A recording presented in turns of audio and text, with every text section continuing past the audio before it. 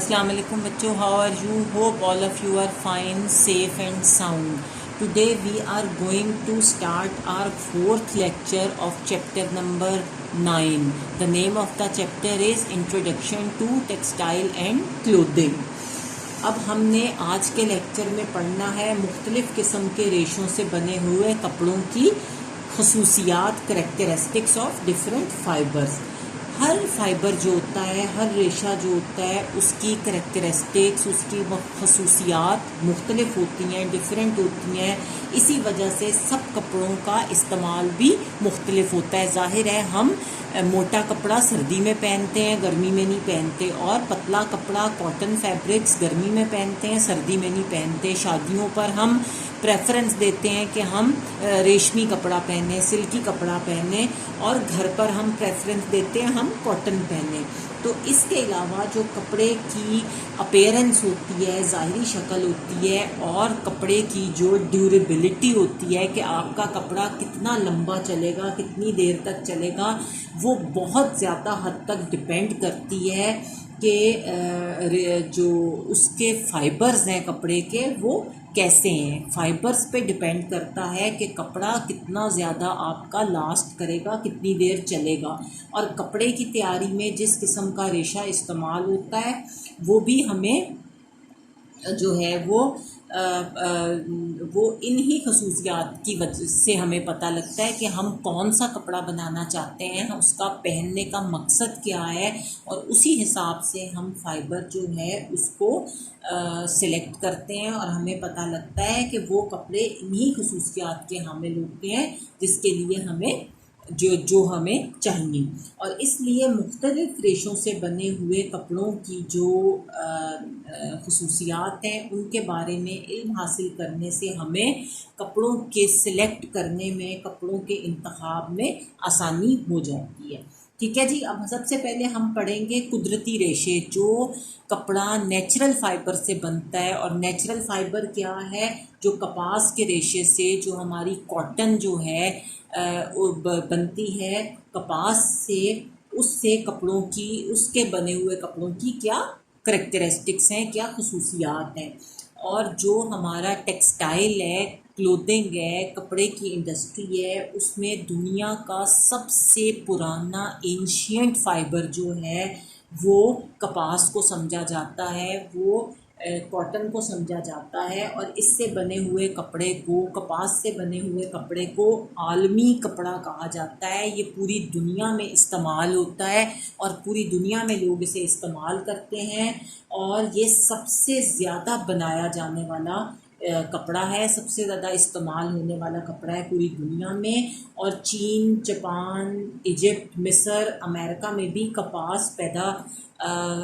یہ ملک بھی جو ہیں یہ کپاس پیدا کرنے کے لیے مشہور ہیں. اور پاکستان میں کپاس سے کپڑا بنانے کے سب سے زیادہ کارخانے جو ہیں وہ فیصل آباد میں اور کراچی میں ہیں. اور کپاس سے جو کپڑا بنتا ہے اس میں جو کوالٹیز ہوتی ہیں وہ ہم اب پڑھیں گے. سب سے پہلے کپاس کے ریشے جو ہیں وہ لمبائی میں لمبے ہوتے ہیں اور چھوٹے ہوتے ہیں. دو طرح کے ریشے ہوتے ہیں کپاس کے، ایک تو لمبے ہوتے ہیں اور ایک چھوٹے ہوتے ہیں. اور جو کپاس ہے اس سے جو کپڑا بنتا ہے، جو لمبے ریشوں سے کپڑا تیار کیا جاتا ہے اس میں کم جوڑ آتے ہیں. ظاہر ہے وہ کنٹینیوئنگ ریشہ ہوتا ہے، اس لیے ان ریشوں سے جو کپڑا بنتا ہے وہ بہت اسٹرانگ ہوتا ہے، مضبوط ہوتا ہے، ڈیوریبل ہوتا ہے، اور بہت زیادہ اسموتھ ہوتا ہے، ہموار ہوتا ہے. اور اس کے برعکس اگر ہم چھوٹے ریشوں سے، چھوٹے فائبر سے، جو چھوٹے ریشوں سے جو دھاگا تیار کرتے ہیں اس میں زیادہ جوڑ ہوتے ہیں. ظاہر ہے وہ چھوٹے ہوتے ہیں تو ان کو جوڑ جوڑ کے لمبا کرنا پڑتا ہے، اور اس لیے ان سے جو کپڑا بنایا جاتا ہے وہ زیادہ ڈیوریبل نہیں ہوتا، اور اس کی کوالٹی بھی لو ہوتی ہے. مینس کہ جو ہائی کوالٹی کاٹن ہوتی ہے وہ ان فائبرز سے حاصل ہوتی ہے جو لمبے ہوتے ہیں ریشے. جو فائبرز لمبے ہوتے ہیں وہ ہائی کوالٹی فیبرک بناتے ہیں، اور جو فائبرز چھوٹے ہوتے ہیں وہ لو کوالٹی فائبر بناتے ہیں. اس کے بعد سوتی ریشے میں قدرتی چمک نہیں ہوتی. جو کاٹن ہوتی ہے اس میں نیچرلی کوئی شائن نہیں ہوتی، اور اس لیے اس سے جو کپڑا کپڑا تیار کرتے ہیں اس میں اگر چمک لانی ہو، جو ہے اس میں چمک پیدا کرنی ہو تو اس کو مرسرائزڈ کیا جاتا ہے اور کاٹن ساٹن وغیرہ بنائی جاتی ہے کاٹن سے۔ اس کے بعد جو سوتی ریشہ ہوتا ہے وہ موصل حرارت ہے، یہ نمی کو جذب اور خارج کرتا ہے۔ موصل حرارت وہ ہوتی ہے کہ وہ ہیٹ کنڈکٹر ہوتا ہے، وہ ہیٹ کنڈکٹر ہے، جو سوتی ریشہ ہے وہ ہیٹ کنڈکٹر ہے، اس سے ہیٹ جو ہے وہ آرام سے پاس ہو جاتی ہے، گزر جاتی ہے، اور یہ جو ریشہ ہوتا ہے کاٹن کا، یہ نمی کو، پانی کو جذب بھی کرتا ہے اور اس کو خارج بھی کرتا ہے، یہ سوکھ بھی آرام سے جاتا ہے۔ اس لیے سوتی کپڑے جو ہوتے ہیں، کاٹن کے کپڑے جو ہوتے ہیں وہ گرمیوں میں بہت زیادہ بہترین سمجھے جاتے ہیں۔ پتہ ہے نا آپ کو لانس کتنی آتی ہیں گرمیوں میں، تو وہ گرمیوں میں چونکہ پسینہ جذب کرتی ہیں، ایبزارب کرتی ہیں اور ہمارے جسم کو ٹھنڈک پہنچاتی ہیں، اس لیے گرمیوں میں کے لیے وہ بہترین سمجھے جاتے ہیں۔ اور جو سوتی کپڑوں کی صفائی اور دھلائی ہے وہ بھی آسان ہوتی ہے، اور ان کو ابلتے پانی میں اگر ہم ڈالیں کاٹن کے کپڑوں کو تو اس سے ہم سٹرلائز بھی کر سکتے ہیں، جراثیم سے پاک بھی ان کپڑوں کو ہم کر سکتے ہیں۔ اس کے علاوہ جو سوتی کپڑا ہوتا ہے وہ جاذب ہونے کی وجہ سے، چونکہ وہ پانی جذب کر لیتا ہے تو وہ آسانی سے رنگا جا سکتا ہے، اس کو ہم رنگ کر سکتے ہیں۔ لیکن اونی اور ریشمی کپڑوں کے مقابلے میں جو سوتی کپڑا ہوتا ہے اس کا رنگ جو ہوتا ہے وہ بہت زیادہ پائیدار نہیں ہوتا، کچا رنگ اس کے اوپر آتا ہے، بہت زیادہ پکا رنگ نہیں آتا۔ اس کے بعد جو سوتی کپڑے ہوتے ہیں وہ مضبوط اور پائیدار ہوتے ہیں، وہ بہت زیادہ ڈیوریبل ہوتے ہیں، لانگ عرصے تک وہ چلتے ہیں۔ لیکن جو آرٹیفیشل ریشوں سے کپڑا تیار کیا جاتا ہے ان کے مقابلے میں یہ کم پائیدار ہوتے ہیں۔ پھر سوتی ریشے ہوتے ہیں ان میں گرمی کو برداشت کرنے کی صلاحیت ہوتی ہے، اسی لیے ہم گرمیوں میں کاٹن کے کپڑے، لون کے کپڑے پہنتے ہیں۔ اس لیے جو کاٹن کے کپڑے ہیں انہیں تیز گرم استری جو ہے وہ کرنی پڑتی ہے، ورنہ ان کے رنکل ہلکی استری سے نہیں جاتے۔ اس کے بعد جو سوتی ریشے ہیں ان پر عام الکلائی جو ہے وہ ایک کیمیکل ہے، اور یہ سوپی سا کیمیکل ہوتا ہے، اگر ہم اس کو ٹچ کریں تو یہ سوپی سا کیمیکل ہوتا ہے، اور یہ ایک عام الکلائی کیمیکل ہے، اور یا پھر ہلکا تیزاب جو ہوتا ہے جو جسے ایسڈ بولتے ہیں، اس کا بھی اس پر کوئی اثر نہیں ہوتا سوتی کپڑے پر۔ اور یہی وجہ ہے کہ جو کاٹن کے کپڑے ہوتے ہیں انہیں اگر ہم کسی اسٹرانگ صابن سے یا سرف سے بھی دھوئیں تو وہ خراب نہیں ہوتے، اور دھلائی میں ریشمی کپڑوں کی طرح زیادہ احتیاط نہیں کرنی پڑتی کاٹن کے کپڑوں کی۔ لیکن تیز ایسڈ ہوتا ہے، تیز تیزاب ہوتا ہے، اس سے کپڑا جل سکتا ہے، ہلکا تیزاب اس کو کچھ نہیں کہتا۔ پھر جو سوتی کپڑے ہوتے ہیں ان پر پھپھوندی بہت جلدی لگ جاتی ہے، ان کو جسے ہم ارلی کہتے ہیں، پھپھوندی کہتے ہیں، وہ بہت جلدی لگ جاتی ہے۔ اس لیے سوتی کپڑے اگر گیلے پڑے رہیں یا برسات کے موسم میں اگر ان میں نمی آ جائے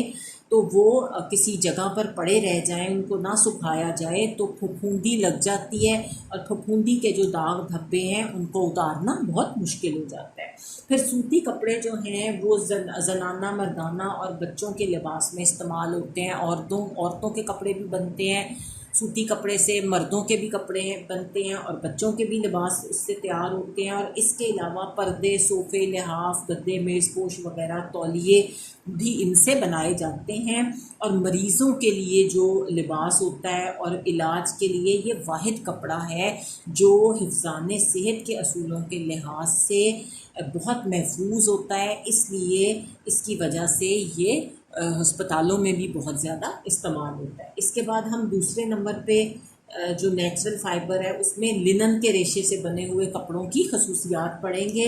لنن کا جو لفظ ہے وہ ڈلن سے لیا گیا ہے، اور یہ ڈلن جو ہے یہ ایجپشن لینگویج کا ایک لفظ ہے، اور یہ مصر میں ایجپٹ میں جس پودے سے حاصل کیا جاتا ہے اس کو ڈیلن کہتے ہیں، اور پرانے زمانے میں مصر جو تھا اس کو لنن کا گھر سمجھا جاتا تھا، وہاں لنن جو تھی وہ بہت زیادہ تعداد میں پروڈیوس ہوتی تھی، اور یہ کم از کم 10,000 سال پرانا ریشہ ہے، یہ اتنا پرانا فائبر ہے، کم از کم 10,000 سال پرانا، اور سب سے پہلے مصر میں ہی یہ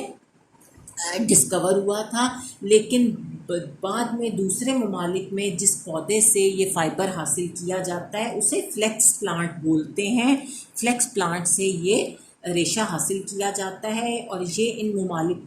ان ممالک میں بنائی جاتی ہے جہاں اس پودے کی پیداوار ہو سکے، اور لنن جو ہے وہ ظاہر ہے اسی ملک میں پروڈیوس ہوگی جس ملک میں فلیکس پلانٹ جو ہے وہ پیدا ہو سکتا ہے۔ Australia, Belgium, France, Germany, Ireland, Canada اور امریکہ جو ہے وہ اصل لنن بنانے میں مشہور ہیں، اور پاکستان میں اس پودے کی جو پیداوار ہے نہیں ہوتی، پاکستان میں یہ پودا نہیں اگایا جاتا، اس لیے یہاں پر جو لنن کے نام سے وہ مشہور ہے کپڑا، وہ اصل جو ہے وہ لنن نہیں ہے، وہ دراصل ریون، وسکوس اور سوتی ریشے کی ملاوٹ سے بنایا جاتا ہے، اور وہ دیکھنے میں لنن کی طرح بنایا جاتا ہے، لیکن اس کی خصوصیات جو ہیں وہ لنن سے ڈیفرنٹ ہوتی ہیں، اور اصل لنن جو ہے اس کی خصوصیات کیا ہیں؟ یہ ایک نباتاتی ریشہ ہے اور کپاس کے مقابلے میں 2 گنا مضبوط ہے، یہ کپاس کے مقابلے میں بہت زیادہ مشہور ہے، یہ قدرتی ریشے کے اندر آتا ہے اور یہ کپاس کے مقابلے میں بہت زیادہ مضبوط ہے۔ پھر یہ ہموار، نرم اور بہت ملائم ہوتا ہے، اور کپڑے میں ہلکی سی چمک ہوتی ہے، اور ریشہ جو ہے وہ موصل حرارت ہے، یہ بھی جو ہے یہ ہیٹ کنڈکٹر ہے، اس سے بھی ہیٹ پاس ہو جاتی ہے، یہ بھی نمی کو، گیلے پن کو جذب کرتا ہے اور اس کو جلدی خارج کر دیتا ہے، اڑا دیتا ہے، ایبزارب کرتا ہے، اور یہ جلدی سوکھ جاتا ہے، اور پہننے میں یہ ٹھنڈا محسوس ہوتا ہے، اس لیے گرمیوں کے لباس میں بھی اس کو استعمال کیا جاتا ہے۔ پھر جو یہ ریشہ آتا ہے یہ بغیر لچک کے ہوتا ہے، اس میں فلیکسیبلٹی نہیں ہوتی، اس لیے اس میں جو رنکلز ہیں، شکنیں ہیں، وہ پڑنے کی خاصیت ہوتی ہے، اگر ہم اسے استری کر کے بھی پہنیں اور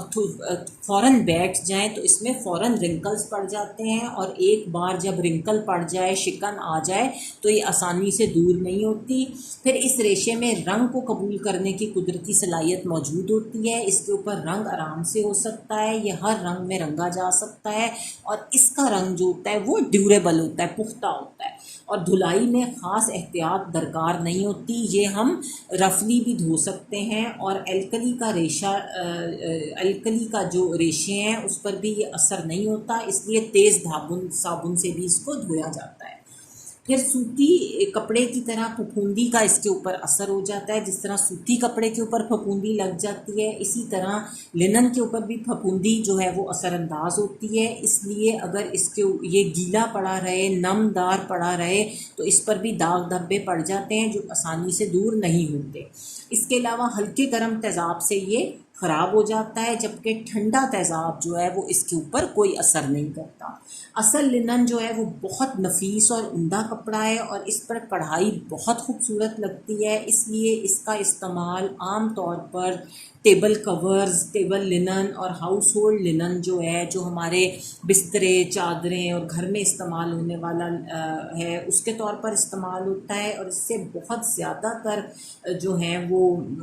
اب بھی اس کا زیادہ تر استعمال جو ہے وہ میز پوش، بیڈ کور، نیپکن، ٹرالی سیٹ وغیرہ بنانے میں ہوتا ہے۔ اس کے علاوہ لباس بنانے میں بھی لنن کا استعمال ہوتا ہے، لیکن سوتی کپڑے کے مقابلے میں یہ بہت کم استعمال ہوتا ہے، وجہ اس کی یہ ہے کہ کاٹن کے مقابلے میں لنن جو ہے وہ بہت زیادہ مہنگی ہوتی ہے۔ اچھا جی، اب ہمارے ابھی جو قدرتی ریشے ہیں ان کی کریکٹرسٹکس ختم نہیں ہوئیں، ابھی ہم نے صرف 2 کپڑوں کی خصوصیات پڑھی ہیں، کاٹن اور لنن کی، ابھی ہم نے اونی ریشے سے بنے کپڑوں کی خصوصیات پڑھنی ہے اور ریشم کے بنے ہوئے کپڑوں کی خصوصیات پڑھنی ہے، لیکن آج ہم اپنا لیکچر یہاں پر اینڈ اپ کر رہے ہیں۔ انشاءاللہ نیکسٹ لیکچر میں ہم اونی ریشے سے بنے ہوئے کپڑوں کی خصوصیات کو پڑھیں گے۔ ٹل دین اللہ حافظ۔